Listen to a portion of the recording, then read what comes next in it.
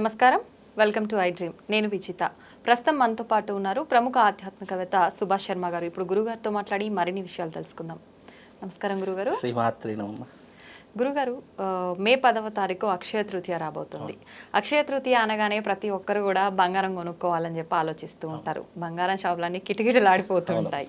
నిజంగా బంగారం కొనుక్కోవాలంటారా గురుగారు ఆ రోజు? చాలా మంచి ప్రశ్న అమ్మ, తప్పకుండా తెలియజేస్తాను. ముందుగా ప్రేక్షకులందరికీ శ్రీమాత్రే నమః, శ్రీ గురుభ్యో నమః.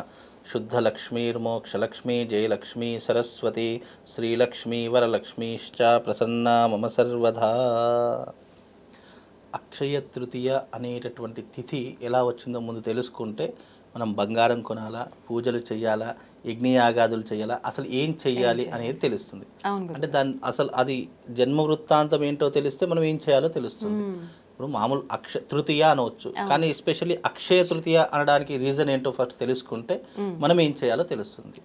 అయితే అక్షయము అనేటటువంటిది నాశనము లేనటువంటిది అని అర్థము, ఎప్పటికీ తరగనిది అని అర్థము, ఎప్పటికీ దానికి లోటు ఉండకూడదు అనేటటువంటిది అర్థము, ఎప్పుడు పెరిగేదే తప్ప తరగనిది అని అర్థము. అలాగే అక్షయము అనేటటువంటిది నిండు కుండతో సమానము అని చెప్తూ ఉంటారు.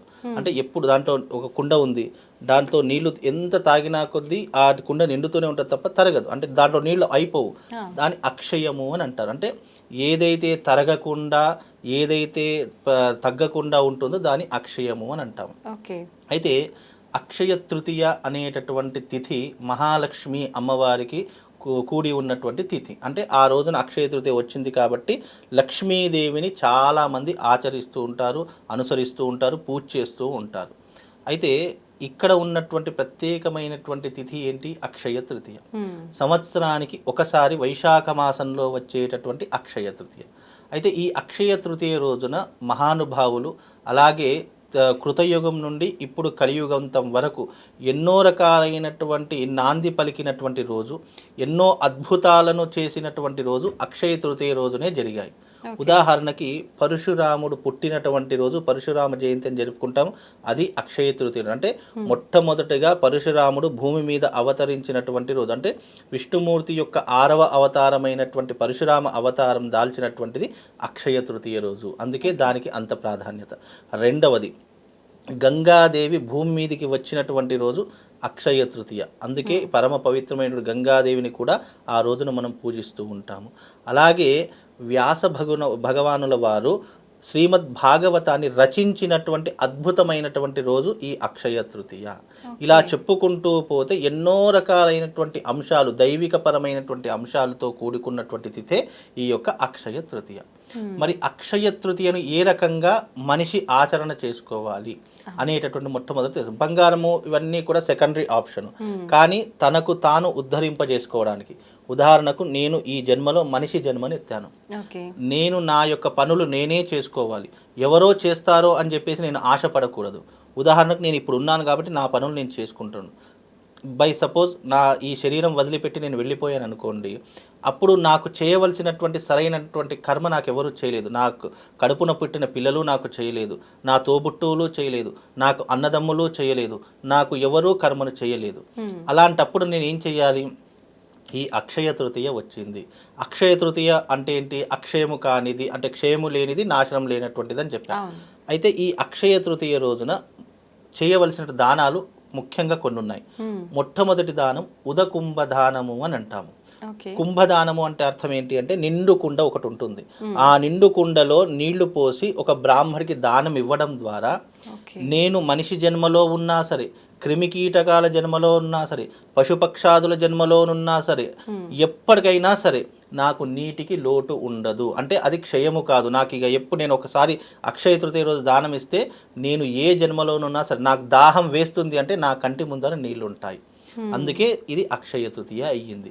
అలాగే ఈ అక్షయ తృతీయ రోజున నేను ఒక పేదవాడికి కానీ, లేదా ఒక బ్రాహ్మడికి కానీ, ఒక లేనివాడికి కానీ నేను కాస్త భోజనం పెట్టాను, కడుపు నిండా భోజనం పెట్టాను అనుకో, అంటే నీ స్తోమతకు మించి, నీ స్తోమతకు 100 మందికి పెట్టగలుగుతావా, 100 మందికి పెట్టు. ఒక్కరికే పెట్టగలుగుతావు, ఒకరికి పెట్టు.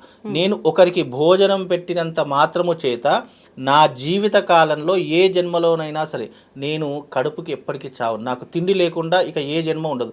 నాకు ఆకలి వేస్తుంది అంటే నా కంటి ముందర నాకు తిండి దొరుకుతుంది. అది ఎలాంటి పదార్థం అయినా సరే నా కడుపు నిండడానికి ఒక పదార్థం అయితే దొరుకుతుంది.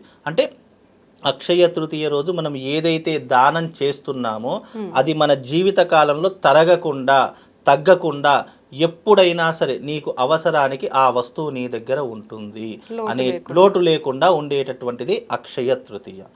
ఎందుకు అంటే మనం ఏదైతే అక్షయ తృతీయ నాడు దానం చేస్తామో, అంటే మనిషి బ్రతకడానికి ఏం కావాలి, నీళ్లు కావాలి, తిండి కావాలి, బట్ట కావాలి, ఉండడానికి ఇల్లు కావాలి. ఇవి ప్రధానమైనటువంటి అంశాలు. ఈ 4 ఉంటే ఏది చేసినా చేయకపోయినా నీకు జీవితం అయితే వెళుతుంది, అలా సాగుతుంది. అలాగే ఈ అక్షయ తృతీయ రోజు దైవిక పరమైనటువంటి కర్మల చేత తనను తాను ఉద్ధరింపజేసుకోవడానికి, అంటే నాది నేను ఉద్ధరింపజేసుకోవడానికి ఈ అక్షయ తృతీయను నేను ఈ రకంగా ఉపయోగించుకోవాలి తప్ప బంగారం కొనాలి, బట్టలు కొనాలి, ఆస్తులు కొనాలి, ఐశ్వర్యంగా ఉండాలి అనేటటువంటి నియమము శాస్త్రం నందు చెప్పలేదు. అంటే వేదం ఏదైతే మనం ప్రామాణికం ఉందో, అది ఏదైతే మనకు అనుసరించి చెప్పబడిందో అదే చెప్పడం జరుగుతుంది తప్ప బంగారం కొనాలని ఏ గ్రంథంలోనూ ఏ పురాణంలో చెప్పలేదు. అది మనం కల్పించుకున్నటువంటి అంశమే తప్ప పర్టికులర్గా ఇది కొంటే మనకు బాగు జరుగుతుంది అనేటటువంటి అంశం అవుతుంది. కొంటే తప్పు లేదు, బంగారం కొనడం అనేటటువంటి తప్పు కాదు. కాకపోతే చాలామంది ఏం చేస్తున్నారంటే బంగారం కొనాలి కదా అని చెప్పేసి అప్పులు చేసి మరీ కొంటున్నారు. కొంతమంది సాఫ్ట్వేర్ ఇంజనీర్లు ఏం చేస్తున్నారు, ఈఎంఐస్ అనే ఆప్షన్ ఎంచుకొని డబ్బును తీసుకొని బంగారం కొనుక్కుంటున్నారు. ఇది లేటెస్ట్గా ఈ మధ్య కాలంలో ఒక వారం రోజుల కింద ఒక సంఘటన చెప్తాను. ఒక వ్యక్తి నాకు సాఫ్ట్వేర్ ఇంజనీర్ ఫోన్ చేశాడు. ఏంటి, నేను 3 సంవత్సరాల నుంచి మా ఆవిడ పోరు పడలేక అక్షయ తృతీయ వచ్చింది అని అంటే చాలా 5-6 తులాల బంగారం తీసుకుంటుందండి. నాకు విపరీతంగా టెన్షన్స్ పెరిగిపోతున్నాయి, మానసిక ఒత్తిడి పెరిగిపోతుందండి. ఎందుకంటే ఈ 2-3 ఏళ్ల నుంచి 5 తులాలంటే దగ్గర దగ్గర ఏం లేదని ఒక 2.5-3 లక్షల బంగారం. అలా 3 సంవత్సరాల నుంచి తీసుకుంటున్నానండి. కానీ బంగారం అలాగే ఉంటుంది, కానీ అప్పులు మాత్రం పెరిగిపోతున్నాయండి. అంటే మనము జీవితకాలం అక్షయ తృతీయ రోజు కోసం మనం అప్పు చేస్తే అప్పులు విపరీతంగా పెరిగిపోతాయి. నువ్వు తీసుకున్న వస్తువు అలాగే ఉంటుంది, కానీ నువ్వు ఎప్పుడైతే అప్పు చేసి వస్తువు తీసుకున్నావు అది అలాగే ఉంటుంది, నీకు అప్పులు పెరిగిపోతాయి. కాబట్టి అప్పు అనేటటువంటిది చేసి బంగారం నీ దగ్గర స్తోమత ఉంది అంటే తీసుకోకపోయినా నష్టమేం లేదు. అందులో ఎస్పెషల్లీ బంగారం తీసుకోవాలనేది ఏ శాస్త్రంలో చెప్పలేదు. కనుక అక్షయ తృతీయ రోజు యజ్ఞయాగాదులు నిర్వహించుకోవాలి. నీకు జీవితంలో వృద్ధిలోకి రావాలా, ఐశ్వర్యవంతుడివి కావాలా, సిరి సంపదలకు ఎప్పుడు నీకు లోటు ఉండకూడదా అని అంటే అక్షయ తృతీయ రోజు చేయవలసినటువంటి విధానము పద్మపురాణంలో చెప్పారు. పద్మపురాణంలోను స్కాంద పురాణంలోను 2 రకాలుగా చెప్పారు.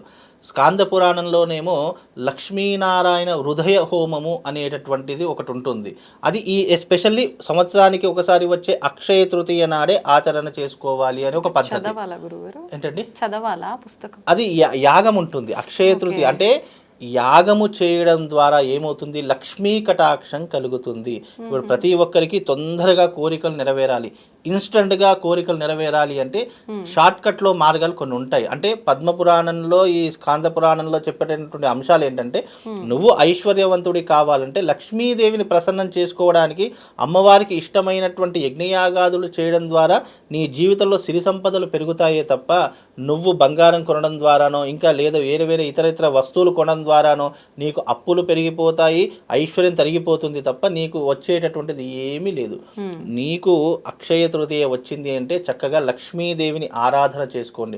లేదు ఇంట్లో ఒక పటం పెట్టుకొని లక్ష్మీదేవి దగ్గర దీపం వెలిగించి ఓం శ్రీం క్రీం మహాలక్ష్మీ నమః అనేటటువంటి మంత్రం చదువుకోండి.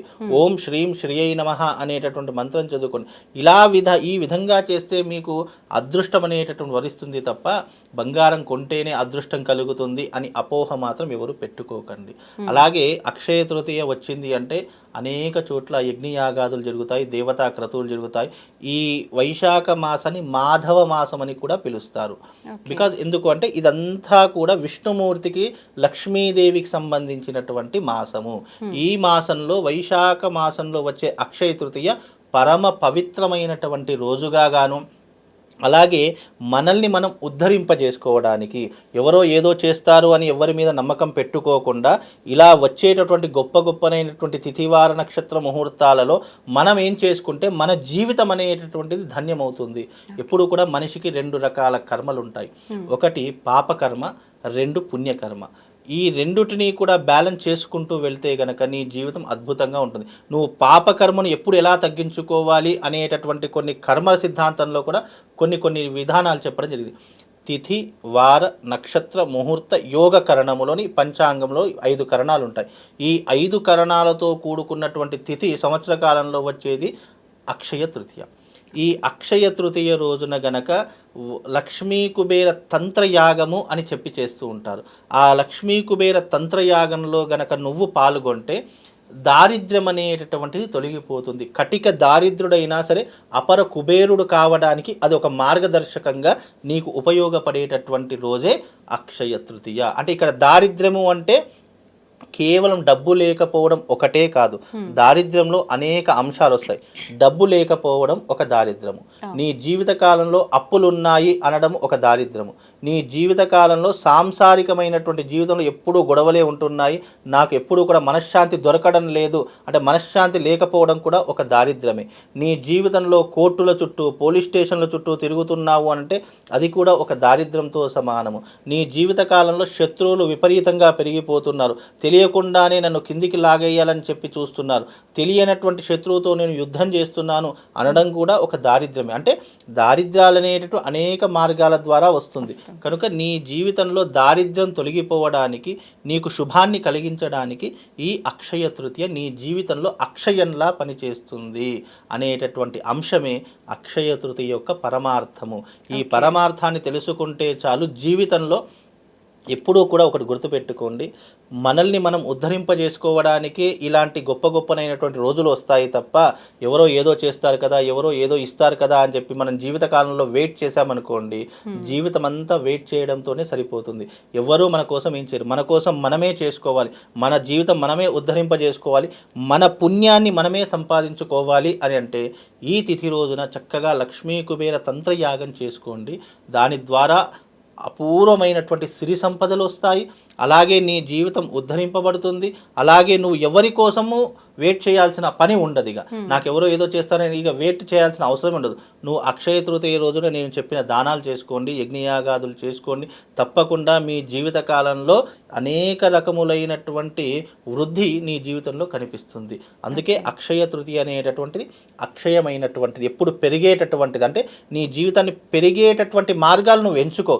నీ జీవితంలో భార్యతో గొడవలు ఉన్నాయా, భార్యతో గొడవలు ఉండకుండా ఉండడానికి చక్కగా అక్షయ తృతీయ నాడు నీ భార్యతో పాటు మంచి దేవాలయానికి వెళ్ళి నమస్కారం చేసుకొని ఆ ఒక్కరోజు ప్రశాంతంగా ఉంటే నీ జీవితం అంతా ప్రశాంతంగానే ఉంటుంది.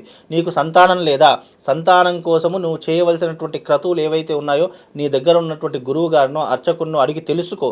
ఆ రకమైనటువంటి అక్షయ తృతీయ రోజు దానికి సంబంధించిన పరిష్కార మార్గాన్ని నువ్వు చేసుకున్నావా, నీకు తప్పకుండా సంతానం వృద్ధిలోకి వస్తుంది, నీ వంశం అభివృద్ధిలోకి వస్తుంది. ఇలా చేయవలసినటువంటి క్రతువులు ఎన్నో ఉన్నాయి. ఆ మార్గాన్ని ఎంచుకొని వెళితే నీకు ఐశ్వర్యం వద్దన్నా వస్తుంది, పొమ్మన్నా పోకుండా నీ దగ్గరే ఉంటుంది.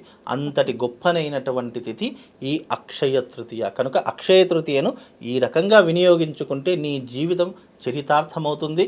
లక్ష్మీనారాయణుల యొక్క అనుగ్రహం తప్పకుండా వాళ్ళ మీద ఉంటుందమ్మా. ఓకే, ధన్యవాదాలు గురుగారు. శ్రీమస్తే.